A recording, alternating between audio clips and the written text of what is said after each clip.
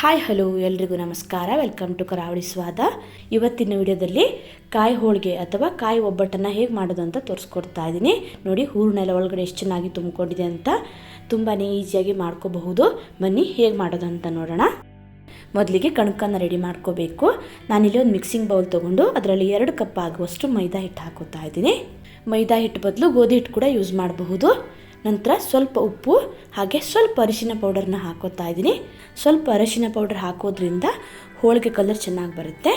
ನಂತರ ಚೆನ್ನಾಗಿ ಇದನ್ನು ಮಿಕ್ಸ್ ಮಾಡಿಕೊಂಡು ನೀರು ಹಾಕಿ ಹಿಟ್ಟನ್ನು ಕಲಿಸ್ಕೋಬೇಕು. ಚಪಾತಿ ಹಿಟ್ಟಿನ ಹದಕ್ಕಿಂತ ಸ್ವಲ್ಪ ತೆಳ್ಳಗೆ ಕಲಿಸ್ಕೋಬೇಕಾಗತ್ತೆ. ಸ್ವಲ್ಪ ನೀರು ಸೇರಿಸಿ ಹಿಟ್ಟನ್ನು ಚೆನ್ನಾಗಿ ಕಲಿಸ್ಕೊಳ್ಳಿ. ನೋಡಿ, ಹಿಟ್ಟು ಇಷ್ಟು ತೆಳ್ಳಗಿರಬೇಕು. ಈ ಕನ್ಸಿಸ್ಟೆನ್ಸಿಲಿ ಹಿಟ್ಟನ್ನು ಚೆನ್ನಾಗಿ ಕಲಿಸ್ಕೋಬೇಕು. ಹಿಟ್ಟನ್ನು ಚೆನ್ನಾಗಿ ಕಲಿಸ್ಕೊಂಡ್ಮೇಲೆ ಸ್ವಲ್ಪ ಎಣ್ಣೆ ಹಾಕೋತಾ ಇದ್ದೀನಿ. 2 ಚಮಚ ಆಗುವಷ್ಟು ಎಣ್ಣೆ ಹಾಕಿ ಚೆನ್ನಾಗಿ ಇದನ್ನು ನಾದ್ಕೊಳ್ಳಿ. ಹಿಟ್ಟು ಸಾಫ್ಟ್ ಆಗಬೇಕು, ಆವಾಗಲೇ ಹೋಳಿಗೆ ಚೆನ್ನಾಗಿ ಬರೋದು. 2ರಿಂದ 3 ನಿಮಿಷ ಸ್ವಲ್ಪ ಎಣ್ಣೆ ಹಾಕ್ಕೊಂಡು ಹಿಟ್ಟನ್ನು ಚೆನ್ನಾಗಿ ನಾದ್ಕೊಳ್ಳಿ. ನೋಡಿ, ಹಿಟ್ಟು ಒಂಚೂರು ಕೈಗೆ ಅಂಟ್ಕೋತಾ ಇಲ್ಲ. ಈ ರೀತಿ ಸಾಫ್ಟಾಗಿ ಹಿಟ್ಟನ್ನು ರೆಡಿ ಮಾಡ್ಕೋಬೇಕು. ನಂತರ ಇದಕ್ಕೆ ಸ್ವಲ್ಪ ಎಣ್ಣೆ ಹಾಕಿ ಹಿಟ್ಟನ್ನು ಚೆನ್ನಾಗಿ ನೆನೆಲಿಕ್ಕೆ ಬಿಡೋಣ. 1-2 ಚಮಚ ಆಗುವಷ್ಟು ಎಣ್ಣೆ ಹಾಕ್ಕೊಂಡ್ರೆ ಸಾಕು. ನೋಡಿ, ಈ ರೀತಿ ಹಿಟ್ಟನ್ನು ಚೆನ್ನಾಗಿ ಎಣ್ಣೆಯಲ್ಲಿ ಮುಳುಗಿಸಿ 1ರಿಂದ 2 ಗಂಟೆ ಇದನ್ನು ಹಾಗೆ ಬಿಟ್ಟು ಬಿಡಿ. ಹಿಟ್ಟು ಚೆನ್ನಾಗಿ ಸಾಫ್ಟಾಗಿ ನೆನೆಯುತ್ತೆ. ಇದನ್ನು ಇವಾಗ ಮುಚ್ಚಿ ಹಾಗೆ ಪಕ್ಕದಲ್ಲೇ ಇಟ್ಕೋತಾ ಇದ್ದೀನಿ. ನಂತರ ಹೂರಣ ಹೇಗೆ ಮಾಡೋದು ಅಂತ ನೋಡೋಣ. ನಾನಿಲ್ಲಿ 3 ಕಪ್ ಆಗುವಷ್ಟು ಕಾಯಿ ತುರಿನ ತೊಗೊಂಡಿದ್ದೀನಿ. ಇದನ್ನು ಇವಾಗ ಮಿಕ್ಸಿ ಜಾರಿಗೆ ಹಾಕಿ ಸ್ವಲ್ಪ ಪುಡಿ ಮಾಡ್ಕೋಬೇಕು. ಕಾಯಿ ತುರಿನೆಲ್ಲ ಮಿಕ್ಸಿ ಜಾರಿಗೆ ಹಾಕೋತಾ ಇದ್ದೀನಿ. ತುಂಬ ನುಣ್ಣಗಾಗೋ ತನಕ ಪುಡಿ ಮಾಡ್ಕೊಳ್ಳಿಕ್ಕೆ ಹೋಗಬೇಡಿ. ನೋಡಿ, ಈ ರೀತಿ ಸ್ವಲ್ಪ ಪುಡಿ ಆದರೆ ಸಾಕು. ಇದನ್ನು ಇವಾಗ ಪಕ್ಕದಲ್ಲಿಟ್ಟು ಬೆಲ್ಲ ಕರಗಿಸ್ಕೊಳ್ಳಿಕ್ಕೆ ಸ್ಟವ್ ಮೇಲೆ ಒಂದು ಪಾತ್ರೆ ಇಟ್ಟು ಬೆಲ್ಲನ ಹಾಕೋತಾ ಇದ್ದೀನಿ. ನಾನಿಲ್ಲಿ 1/4 ಕಪ್ ಆಗುವಷ್ಟು ಬೆಲ್ಲ ಹಾಕ್ಕೊಂಡಿದ್ದೀನಿ. ಹಾಗೆ ಬೆಲ್ಲ ಕರಗಲಿಕ್ಕೆ 4ರಿಂದ 5 ಚಮಚ ಆಗುವಷ್ಟು ನೀರು ಹಾಕ್ಕೊಂಡಿದ್ದೀನಿ. ನಂತರ ಬೆಲ್ಲನ ಚೆನ್ನಾಗಿ ಕರಗಲಿಕ್ಕೆ ಬಿಡಿ. ನಾನಿಲ್ಲಿ ಬೆಲ್ಲನ ಸೋಸಿ ಹಾಕ್ತಾ ಇದ್ದೀನಿ. ಬೆಲ್ಲ ಚೆನ್ನಾಗಿದ್ದರೆ ಹಾಗೇನೂ ಕೂಡ ಹಾಕ್ಕೋಬಹುದು. ನೋಡಿ, ಬೆಲ್ಲ ಚೆನ್ನಾಗಿ ಕರಗಿದೆ. ಇದನ್ನು ಇವಾಗ ಸೋಸಿ ಹಾಕೋಬೇಕು. ಸ್ಟವ್ ಮೇಲೆ ಒಂದು ಪ್ಯಾನ್ ಇಟ್ಟು ಇದನ್ನು ಇವಾಗ ಫಿಲ್ಟರ್ ಮಾಡ್ಕೋತಾ ಇದ್ದೀನಿ. ನಂತರ ಇದನ್ನು ಚೆನ್ನಾಗಿ ಕುದಿಲಿಕ್ಕೆ ಬಿಡಿ. ಸ್ವಲ್ಪ ಇದು ಪಾಕ ಆಗಬೇಕು. ತುಂಬ ಗಟ್ಟಿ ಪಾಕ ಆಗಬಾರ್ದು. ಸ್ವಲ್ಪ ಅಂಟ್ಕೊಳ್ಳೋ ತನಕ ಪಾಕ ಆದರೆ ಸಾಕು. ತುಂಬ ಪಾಕ ಮಾಡ್ಕೊಳ್ಳಿಕ್ಕೆ ಹೋಗಬೇಡಿ. ಒಂದೆಳೆ ಪಾಕನೂ ಕೂಡ ಆಗಬಾರ್ದು. ಪಾಕ ಆಗಿದೆ ಇಲ್ಲ ಅಂತ ಚೆಕ್ ಮಾಡ್ಕೊಳ್ಳೋಣ. ನೋಡಿ, ಈ ರೀತಿ ಬೆರಳಿಗೆ ಅಂಟ್ಕೋಬೇಕು. ಇನ್ನೇನು ಒಂದೆಳೆ ಪಾಕ ಬರುತ್ತೆ ಅನ್ನುವಷ್ಟರಲ್ಲಿ ಪುಡಿ ಮಾಡಿ ಇಟ್ಕೊಂಡಿರೋ ಕಾಯಿ ತುರಿನ ಹಾಕ್ಕೋಬೇಕು. ಎಲ್ಲ ಕಾಯಿ ತುರಿನ ಹಾಕ್ಕೊಂಡು ಚೆನ್ನಾಗಿ ಇದನ್ನು ಮಿಕ್ಸ್ ಮಾಡ್ಕೊಳ್ಳಿ. ಪಾಕದಲ್ಲಿ ಕಾಯಿ ತುರಿ ಎಲ್ಲ ಚೆನ್ನಾಗಿ ಮಿಕ್ಸ್ ಆಗಬೇಕು. ನೋಡಿ, ಈ ರೀತಿ ಚೆನ್ನಾಗಿ ಮಿಕ್ಸ್ ಮಾಡ್ತಾ ಹೋದ ಹಾಗೆ ಸ್ವಲ್ಪ ನೀರು ಥರ ಆಗುತ್ತೆ. ಈ ನೀರಿನ ಅಂಶ ಎಲ್ಲ ಕಡಿಮೆ ಆಗೋ ತನಕ, ಅಂದರೆ ಸ್ವಲ್ಪ ಡ್ರೈ ಆಗೋ ತನಕ ಸ್ವಲ್ಪ ಇದನ್ನು ಬೇಯಿಸ್ಕೊಳ್ಳಿ. ನೋಡಿ, ಸ್ವಲ್ಪ ಡ್ರೈ ಆಗಿದೆ. ನಂತರ ಫ್ಲೇವರ್ಗೋಸ್ಕರ 1/2 ಚಮಚ ಆಗುವಷ್ಟು ಏಲಕ್ಕಿ ಪುಡಿನ ಹಾಕೋತಾ ಇದ್ದೀನಿ.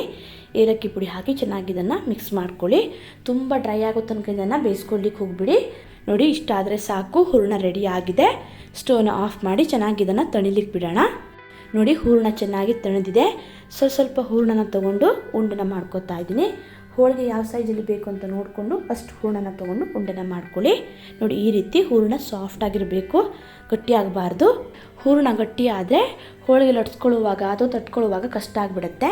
ಸಾಫ್ಟಾಗಿದ್ದರೆ ಹೋಳಿಗೆ ತುಂಬಾ ಚೆನ್ನಾಗಿ ಬರುತ್ತೆ. ನೋಡಿ, ಈ ರೀತಿ ಸ್ವಲ್ಪ ಮಿಕ್ಸರ್ನ ತೊಗೊಂಡು ಉಂಡೆನ ಮಾಡಿಟ್ಕೊಂಡಿದ್ದೀನಿ. ನಾನಿಲ್ಲಿ ಎಲ್ಲ ಉಂಡೆನೂ ಮಾಡಿಟ್ಕೊಂಡಿದ್ದೀನಿ. ಹೂರಣ ಮತ್ತು ಕಣಕ 2 ರೆಡಿ ಆಗಿದೆ. ನೆಕ್ಸ್ಟ್ ಇವಾಗ ಹೋಳಿಗೆ ಹೇಗೆ ಮಾಡೋದು ಅಂತ ನೋಡೋಣ. ನಾನಿಲ್ಲಿ 2 ಗಂಟೆ ಆದಮೇಲೆ ಹಿಟ್ಟನ್ನು ಓಪನ್ ಮಾಡ್ತಾ ಇದ್ದೀನಿ. ಹಿಟ್ಟು ಕಲಿಸ್ಕೊಳ್ಳುವಾಗ ಮೇಲ್ಗಡೆ ಸ್ವಲ್ಪ ಎಣ್ಣೆ ಹಾಕಿದ್ವಲ್ಲ, ನೋಡಿ ಆ ಎಣ್ಣೆ ಹಾಗೇ ಇದೆ, ಒಂಚೂರು ಹಿರ್ಕೊಂಡಿಲ್ಲ. ಈ ಎಣ್ಣೆನ ಒಂದು ಬೌಲಿಗೆ ಹಾಕಿ ಹೋಳಿಗೆ ಬೇಯಿಸ್ಕೊಳ್ಳುವಾಗ ಅಥವಾ ಹೋಳಿಗೆ ತಟ್ಕೊಳ್ಳುವಾಗ ಇದನ್ನು ಯೂಸ್ ಮಾಡಬಹುದು. ನೋಡಿ, ಹಿಟ್ಟು ಎಷ್ಟು ಸಾಫ್ಟಾಗಿ ಬಂದಿದೆ ಅಂತ. ಈ ರೀತಿ ಹಿಟ್ಟನ್ನು ರೆಡಿ ಮಾಡಿಕೊಂಡ್ರೆ ಹೋಳಿಗೆ ತುಂಬಾ ಚೆನ್ನಾಗಿ ಬರುತ್ತೆ. ಚೆನ್ನಾಗಿ ಒಂದ್ಸರಿ ಇದನ್ನು ನಾದ್ಕೋತಾ ಇದ್ದೀನಿ. ನೋಡಿ, ಕಣಕ ಎಷ್ಟು ಸಾಫ್ಟಾಗಿ ಬಂದಿದೆ ಅಂತ. ಈ ರೀತಿ ಹೋಳಿಗೆಗೆ ಕಣಕನ ರೆಡಿ ಮಾಡ್ಕೋಬೇಕು. ನಂತರ ಹೋಳಿಗೆ ಮಾಡಲಿಕ್ಕೆ ನೋಡಿ ಈ ರೀತಿ ಹಿಟ್ಟನ್ನು ತಗೋಬೇಕು. ಹೂರಣದಕ್ಕಿಂತ ಹಿಟ್ಟು ಸ್ವಲ್ಪ ಕಡಿಮೆ ತೊಗೋಬೇಕು. ಅಂದರೆ ಹೂರಣದ ಕ್ವಾಂಟಿಟಿ ಜಾಸ್ತಿ ಇರಬೇಕು, ಹಿಟ್ಟಿನ ಕ್ವಾಂಟಿಟಿ ಸ್ವಲ್ಪ ಕಡಿಮೆ ಇರಬೇಕು. ನಂತರ ಹೋಳಿಗೆ ಮಾಡಲಿಕ್ಕೆ ನಾನಿಲ್ಲಿ ಈ ರೀತಿ ಹೋಳಿಗೆ ಶೀಟ್ ಅಥವಾ ರೊಟ್ಟಿ ಮಾಡೋ ಶೀಟನ್ನ ತೊಗೊಂಡಿದ್ದೀನಿ. ಹೋಳಿಗೆ ಶೀಟ್ಗೆ ಸ್ವಲ್ಪ ಎಣ್ಣೆನ ಹಚ್ಕೋತಾ ಇದ್ದೀನಿ. ನಂತರ ನೋಡಿ, ಈ ರೀತಿ ಹಿಟ್ಟನ್ನ ತೊಗೊಂಡು ಸ್ವಲ್ಪ ಫ್ಲ್ಯಾಟ್ ಮಾಡ್ಕೋಬೇಕು. ನೋಡಿ, ಈ ರೀತಿ ಸ್ವಲ್ಪ ತಟ್ಕೊಂಡು ಮಧ್ಯದಲ್ಲಿ ಹೂರಣದ ಉಂಡೆನ ಇಟ್ಟು ಕ್ಲೋಸ್ ಮಾಡ್ಕೋಬೇಕು. ಹೂರಣ ಎಲ್ಲೂ ಹೊರಗಡೆ ಬರಬಾರ್ದು. ಚೆನ್ನಾಗಿ ರೀತಿ ಹಿಟ್ಟಿಂದ ಕವರ್ ಮಾಡಿಕೊಂಡು ನೋಡಿ, ಈ ರೀತಿ ಎಕ್ಸ್ಟ್ರಾ ಉಳಿದಿರೋ ಹಿಟ್ಟನ್ನು ತೆಗೆದ್ರೆ ಆಯಿತು. ಹಿಟ್ಟೇನಾದರೂ ಕೈಗೆ ಅಂಟ್ಕೋತಾ ಇದ್ದರೆ ಸ್ವಲ್ಪ ಎಣ್ಣೆನ ಹಚ್ಕೊಳ್ಳಿ. ನೋಡಿ, ಈ ರೀತಿ ಹೂರಣ ಎಲ್ಲೂ ಹೊರಗಡೆ ಬರದ ಹಾಗೆ ಉಂಡೆನ ಮಾಡಿಕೊಂಡು ಕೈಗೆ ಸ್ವಲ್ಪ ಎಣ್ಣೆನ ಹಚ್ಕೊಂಡು ಹೋಳಿಗೆನ ತಟ್ಕೊಂಡ್ರೆ ಆಯಿತು. ನೋಡಿ, ಈ ರೀತಿ ಸೈಡಲ್ಲಿ ಬಂದಿರೋ ಹಿಟ್ಟನ್ನೆಲ್ಲ ಮಧ್ಯದಲ್ಲಿ ಮಾಡ್ಕೊಂಡು ತಟ್ಕೋಬೇಕು. ನಿಮ್ಮ ಹತ್ರ ಈ ರೀತಿಯಾದ ಹೋಳಿಗೆ ಶೀಟ್ ಇಲ್ಲ ಅಂತಂದರೆ ಈ ಶೀಟ್ ಬದಲು ಬಾಳೆ ಎಲೆ ಅಥವಾ ಬಟರ್ ಪೇಪರ್ ಕೂಡ ಯೂಸ್ ಮಾಡಬಹುದು. ನೋಡಿ ಈ ರೀತಿ ಸ್ವಲ್ಪ ಕೈಗೆ ಎಣ್ಣೆನ ಹಚ್ಕೊಂಡು ಒಂದೇ ಕಡೆಯಿಂದ ಈ ರೀತಿ ತಟ್ಕೊತಾನೆ ಬರಬೇಕು. ನಾನು ಹೋಳಿಗೆನ ತುಂಬ ದಪ್ಪನೂ ಮಾಡ್ಕೋತಾ ಇಲ್ಲ, ತೆಳ್ಳಗೂ ಮಾಡ್ಕೋತಾ ಇಲ್ಲ, ಮೀಡಿಯಮ್ ಆಗಿ ಮಾಡ್ಕೊಂಡಿದ್ದೀನಿ. ನೋಡಿ ಇಷ್ಟು ದಪ್ಪ ಮಾಡ್ಕೊಂಡಿದ್ದೀನಿ. ನಿಮಗೆ ಇನ್ನೂ ತೆಳ್ಳಗೆ ಬೇಕಿದ್ರೆ ತೆಳ್ಳಗೆ ಮಾಡ್ಕೋಬಹುದು, ದಪ್ಪ ಬೇಕಿದ್ರೆ ದಪ್ಪ ಮಾಡ್ಕೋಬಹುದು. ನಂತರ ಇದನ್ನು ಸ್ಟವ್ ಮೇಲಿಟ್ಟು ಬೇಯಿಸ್ಕೋಬೇಕು. ತವನ ಮೀಡಿಯಮ್ ಆಗಿ ಕಾಯಿಸ್ಕೊಂಡು ತವದ ಮೇಲೆ ಹಾಕೋತಾ ಇದ್ದೀನಿ. ಹಾಕಿದ ತಕ್ಷಣ ಈ ಶೀಟ್ನ ರಿಮೂವ್ ಮಾಡ್ಲಿಕ್ಕೆ ಹೋಗಬೇಡಿ. ಒಂದು 30 ಸೆಕೆಂಡ್ ಆದಮೇಲೆ ನೋಡಿ ಈ ರೀತಿ ನಿಧಾನಕ್ಕೆ ಶೀಟ್ನ ತೆಕ್ಕೊಳ್ಳಿ. ನೋಡಿ ಮೇಲ್ಗಡೆ ಸ್ವಲ್ಪ ಬೆಳ್ಳಗಿತ್ತಲ್ವ, ಅದೆಲ್ಲ ಹೋದ್ಮೇಲೆ ಮಗ್ಚಾಕಿ ಇನ್ನೊಂದು ಸೈಡ್ ಬೇಯಿಸ್ಕೋಬೇಕು. ಗ್ಯಾಸ್ನ ಮೀಡಿಯಮ್ ಫ್ಲೇಮಲ್ಲಿ ಇಟ್ಕೊಂಡು ಬೇಯಿಸ್ಕೊಳ್ಳಿ, ಹೈ ಫ್ಲೇಮಲ್ಲಿ ಇಡಕ್ಕೆ ಹೋಗಬೇಡಿ. ಎರಡೂ ಕಡೆ ಚೆನ್ನಾಗಿ ಬೇಯಿಸ್ಕೋಬೇಕು. ನೋಡಿ ಎಷ್ಟು ಚೆನ್ನಾಗಿ ಉಬ್ಬಿ ಬರ್ತಾ ಇದೆ ಅಂತ. ನೋಡಿ ಈ ರೀತಿ ಚೆನ್ನಾಗಿ ಉಬ್ಬಿ ಬಂದ ಮೇಲೆ ಮೇಲ್ಗಡೆಯಿಂದ ಸ್ವಲ್ಪ ತುಪ್ಪನ ಹಾಕೋತಾ ಇದ್ದೀನಿ. ಎರಡೂ ಕಡೆ ಸ್ವಲ್ಪ ತುಪ್ಪನ ಸವರಿ ಬೇಯಿಸ್ಕೊತಾ ಇದ್ದೀನಿ. ತುಪ್ಪದ ಬದಲು ಎಣ್ಣೆನೂ ಕೂಡ ಹಾಕ್ಕೋಬಹುದು.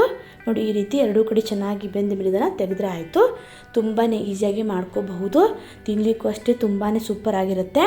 ನೋಡಿ ಕಾಯಿ ಹೋಳಿಗೆ ರೆಡಿಯಾಗಿದೆ. ಇದೇ ರೀತಿ ಎಲ್ಲ ಹೋಳಿಗೆನೂ ಮಾಡ್ಕೊಂಡ್ರೆ ಆಯಿತು. ನೋಡಿ ಹೋಳಿಗೆ ಎಷ್ಟು ಚೆನ್ನಾಗಿ ಬಂದಿದೆ ಅಂತ. ನಾನು ತೊಗೊಂಡಿರೋ ಕ್ವಾಂಟಿಟಿಯಲ್ಲಿ 10 ಹೋಳಿಗೆನ ಮಾಡ್ಕೋಬಹುದು. ನೋಡಿ ಹೋಳಿಗೆ ಎಷ್ಟು ಚೆನ್ನಾಗಿ ಬಂದಿದೆ ಅಂತ. ಹೂರಣ ಎಲ್ಲ ನೋಡಿ ಒಳಗಡೆ ಎಷ್ಟು ಚೆನ್ನಾಗಿ ತುಂಬಿಕೊಂಡಿದೆ ಅಂತ. ಈ ರೀತಿ ತುಂಬಾ ಈಸಿಯಾಗಿ ಹಬ್ಬಕ್ಕೆ ಹೋಳಿಗೆನ ಮಾಡ್ಕೋಬಹುದು. ವಿಡಿಯೋ ಇಷ್ಟ ಆದರೆ ಲೈಕ್, ಶೇರ್, ಕಮೆಂಟ್ ಮಾಡಿ. ಹಾಗೆ ನನ್ನ ಚಾನಲ್ನ ಸಬ್ಸ್ಕ್ರೈಬ್ ಮಾಡಿ. ಪ್ಲೀಸ್ ಸಪೋರ್ಟ್ ಮಾಡಿ. ಮತ್ತೆ ಸಿಗ್ತೀನಿ ಹೊಸ ವಿಡಿಯೋ ಒಂದಿಗೆ. ಧನ್ಯವಾದಗಳು.